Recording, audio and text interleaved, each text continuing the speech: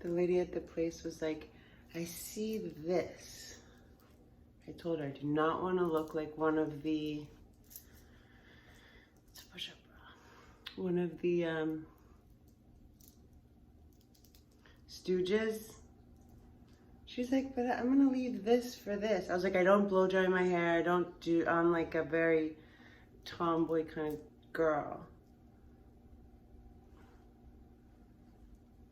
Oh well. So this is gonna be the story about the shaman. I'm trying to think, maybe by the end I'll think for the title. So the shaman and my kidneys. My kidneys and the shaman. My kidneys, my fear, kidneys, and the shaman. She is the first person, and definitely not the last, when I said this to other people, she said, kidneys is fear. So this is a woman that I met when I was living at, the best name for Juliet. When I first got to Venice, I lived in a place with a woman, and the best name for her, slum,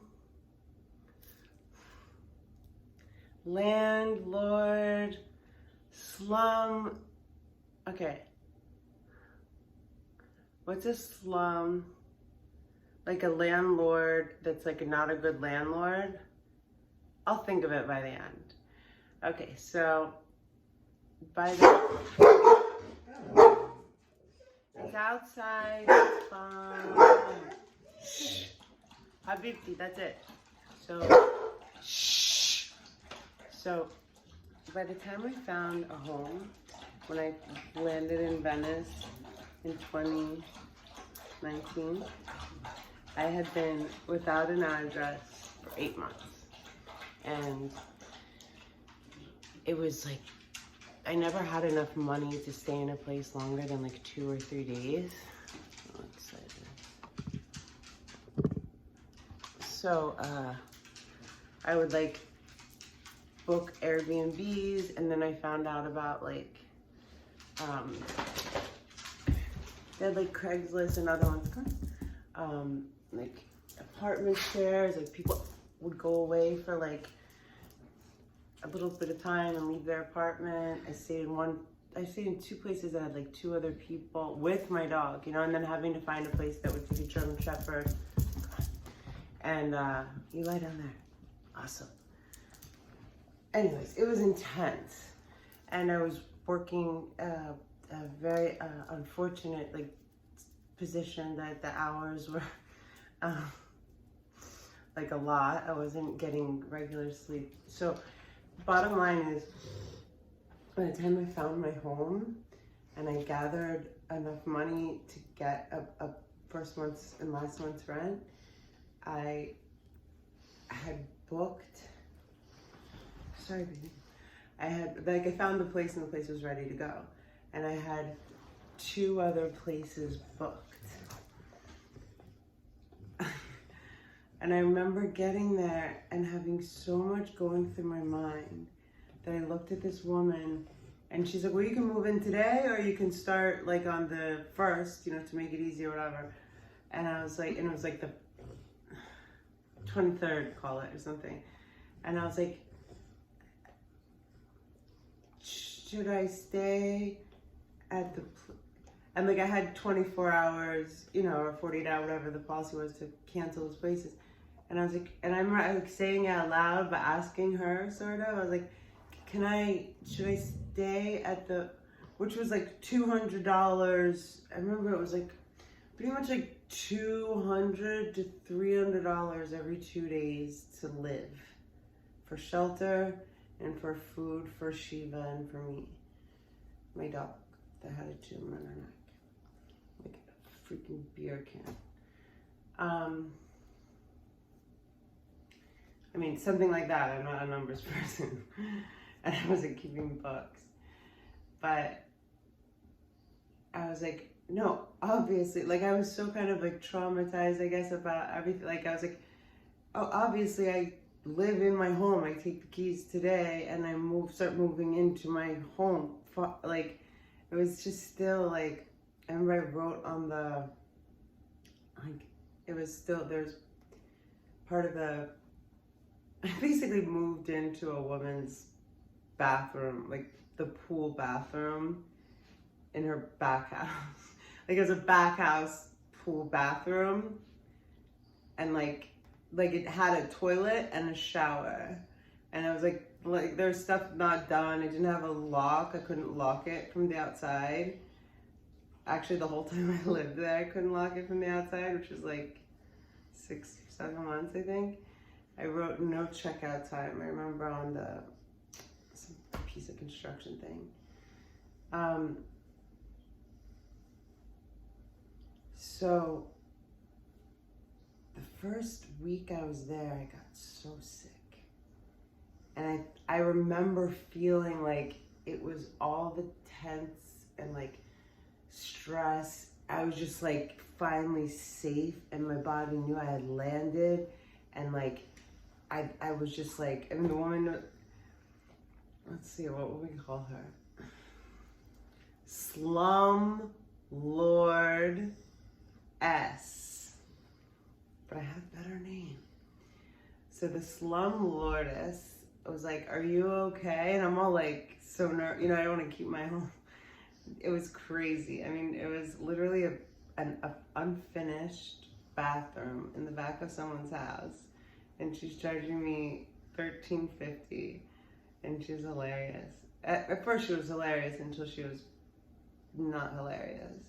She goes, $13.50 cash. Meet me on the grass on the 15th of each month. So funny.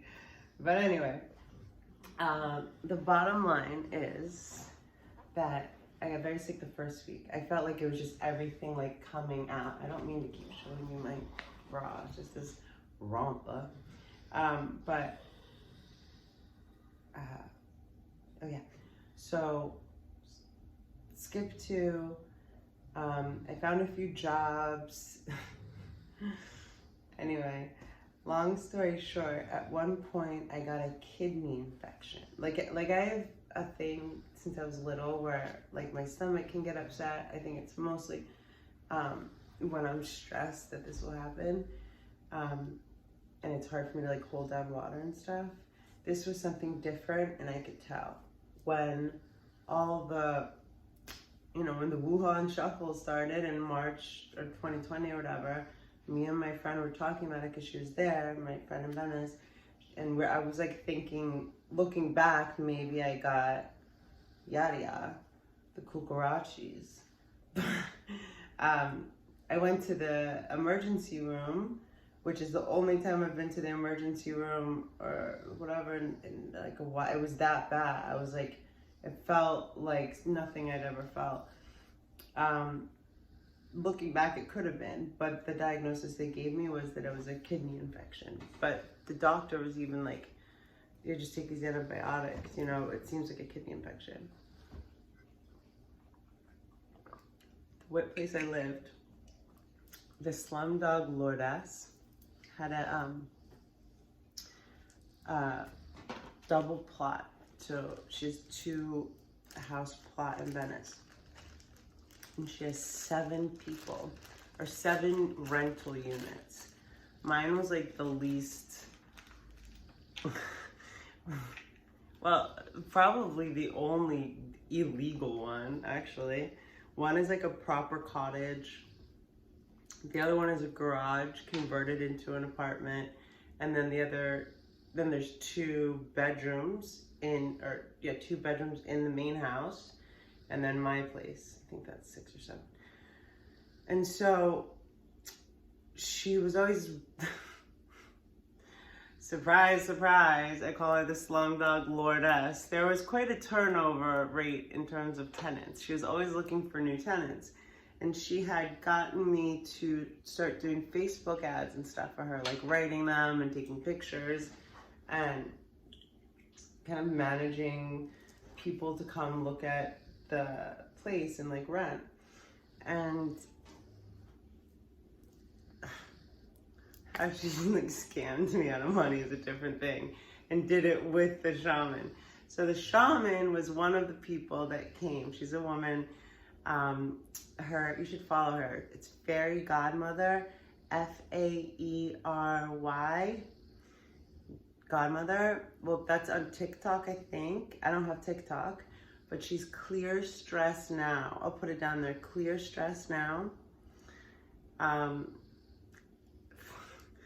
I call her Peacock because Lord S called her Peacock, and whatever. Her name's Joy, and everyone should have joy.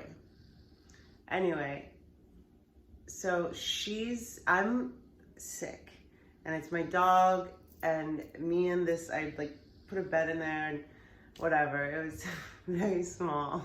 One of my friends was like, Ashley, I'm always gonna know you're a good person because you lived for 7 months, like 2 feet from your toilet. And I was like, no, whatever. Looking back, I mean, it wasn't 2 feet, but it was like, I remember a guy doing maintenance on the place came in, and I guess he was like previously in prison, and he goes, what did he say? He walked in and she's like yelling at him. She yelled at everyone, and she's like, the sink, and he like walked in, it like ducked to get in. Ducked in. What did he said, this feels like a prison. He named a prison. I was like, jail? Are you talking a jail cell? It's like, yeah, I think the jail cell is bigger. Anyway, so what's her name comes in, the Lord S, and I'm like starting to get sick. And she goes, I have a new woman coming in. Like, I just, I found her and la la la. The bottom line, she was stealing. All these people moved in right in front of me, and she didn't she told me she would give me $200 per person, and she never gave me any of them. Anyway, but so she is a shaman, and that's the important part of the story. This is like one of the angels that entered my story. And it's just a great story, besides being sick and maybe having the Wuhan truffle, whatever. So I'm like throwing up, and just like, I can't even tell you, like, it was my lungs, it was everything. It was dark, dark days. It was, probably 7 days in just complete, like, sleepy, you know what I mean? Like, very, very ill. And a very different sick than I'd ever had. And so this woman moves in, and she's just delightful, Joy. She's at that time, and I think why Juliet called her, that's Landlord S, Slumlord S. Juliet called her Peacocks because she had different color hair, like a bunch of different color hair. She's, probably 55, 60 years young, and moves into the bedroom that shares the backyard with me. And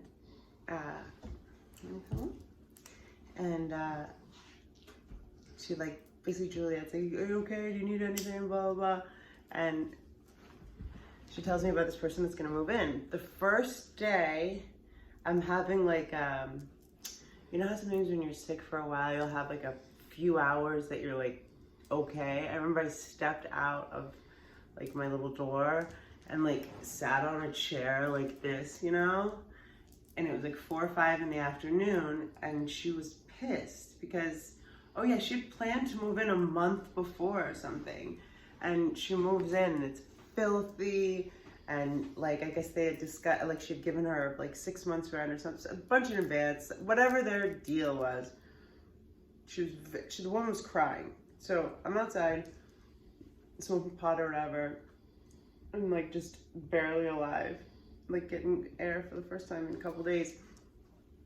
And she's like, hello, or something. No, she's hysterically crying. She's with the guy there that's like helping her move in. And I was like, are you okay? Can I help you something? And that's right, Juliet was ignoring my calls and ignoring my text messages. Anyway, she's crying. I was like, are you okay? She's like, I can't get Juliet on the phone. Oh no, Juliet just called me. I just called her, and you know, nothing is the way it's supposed to be, and it's filthy, and I'm supposed to be moving in today. I was like, oh yeah, I heard of you, something. I'm Ashley, nice to meet you. Sorry, I didn't mean to pick my teeth just there. Gotta do what you gotta do. And the guys there, like, you know, I love seeing people like this before they met how crazy batshit Juliet. He's like, you know, what kind of way is this to welcome someone into, and I was like, okay, buddy. She goes, I called her, and I told her how dirty it was. She told me I can clean it any way I like. I was like, it's actually really nice coming from Juliet. Usually she'll scream at you and tell you to hug yourself. Anyway, I went back in, and I guess I got sicker and went to and she got over the crying, moved in, whatever. She just made the best of it. For the next 24 hours, I went to the emergency room and was getting sick or getting worse. And she was coming in, like, I didn't have anyone. I had one friend who was so kind.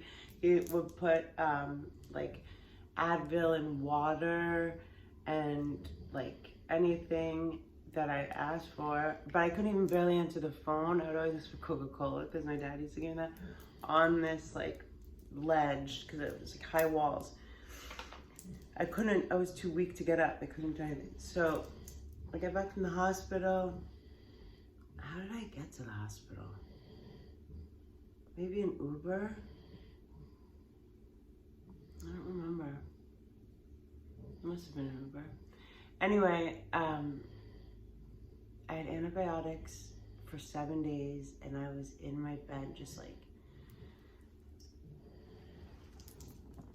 and she came and like looked after me. I didn't have a blanket. She brought me a proper blanket, and she said upstairs management center. She took me on a walk, and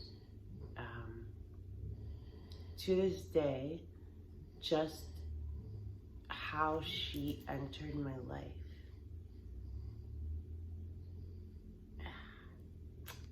So on Instagram, it's Clear Stress Now, at Clear Stress Now, just all together. Joy.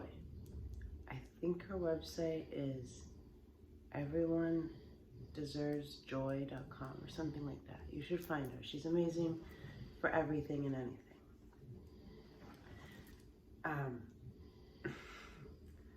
I was sweating so much, I remember, and she would just come there and like towel me off and like talk to me and listen to me.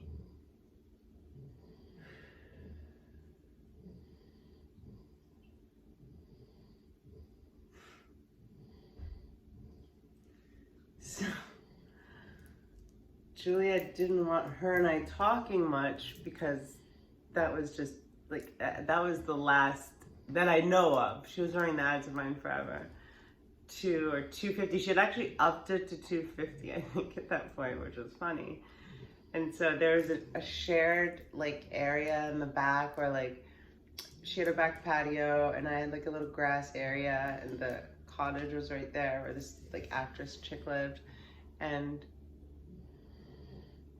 so Joy and I are out there talking, and she's just like doing whatever, and I'm finally feeling better and like just getting a little vitamin D. And Juliet's awkwardly sitting out there in her chair. She's like a really large Nordic looking woman, bright ice blue eyes but brown hair. When I first met her, I said, getting to know her, not getting to know her. Within the first month, I made this like joke, which was very true, like, but liking her and still trying to, I did a lot for her. But I was like, you're like a woman I want on my side. Like you could just see her, like I visualized her like grabbing like an adult man, and just like, she would like bite off his arm and then like tear off the leg. Like she was like that, you know what I mean? She's like a warrior woman, like, but she's dirty styles. So she's sitting out there, she smokes cigarettes. So she was smoking a cigarette and kind of making sure we don't talk about it too much or whatever. I don't know. That's this is conjecture. Joy said, Ashley, I want to thank you so much for the pictures on your ad and Facebook. I'm just so glad. At this point, she's like liking her new place. I'm so glad that I found this place, and I'm just so happy in Venice. And I said, oh, my pictures? And then I was like, how'd you see what's she talking about? I was like, oh, you saw my ad on Facebook? And things were getting tense between Juliet and I. I didn't know why. My one friend said because this tenant that she liked me, but that guy I never even spoke. Anyway, it was so classic. I said, wait, my ad? You saw my Facebook ad? That's how you found this place? She goes, yeah. I said, Juliet, like that. You owe me 200, somebody owes me money. I even tried to say it playful, thinking whatever. I had no idea why she was so vexed with me all of a sudden. But she goes, go fuck yourself, Ashley. She doesn't have that accent. But it was so funny. She said, go fuck yourself. And I looked at Joy, I was gonna say Peacock, and I'm like, okay. Go fuck myself? I said, that's not nice, is it, Juliet? Oh my gosh. Anyway, so wherever you are, I have to tell you, and Sloan Bella, a lot of you that are here from Sloan Bella, and whenever she says Ashley knows about manifestation, she's talking about what I'm telling you right now. Because she's seen me lose everything twice. And when I first met her in 2011, that was when I moved here to be here with my sister, and left my business and my life and everything in Miami. I think I've mentioned here that I found an apartment that wasn't even in LAWDP. I called to set up my service, and they're like, that apartment doesn't exist. Because I think they just made a unit on the end, And it was just opened up into the alley. Anyway, so I saved on electricity for that year and a half. But I used to lie in that place and meditate and see just bills, $100 bills. Not for myself, that's important to mention. I once fell real deep into a money meditation, and I kind of understood that I would always be okay with money because, I could have just done that. I'll always be okay with money because I give money. I understand it as an energy. I can't really put into words what I saw, or how I felt in the meditation, but it was and I do. My favorite thing to do with money is to support other people and make them feel good and safe, because it is a means of doing that.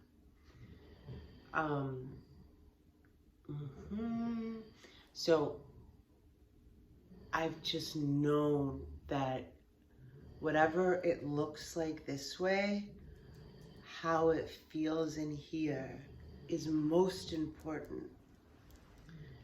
So if you find it hard to focus on the exact life, the exact thing, the circumstance, the shelter, the situation in the way that you need it is unfolding exactly as you need it, as long as you're clear with your vision and keep it in present. I've never said I'm broke.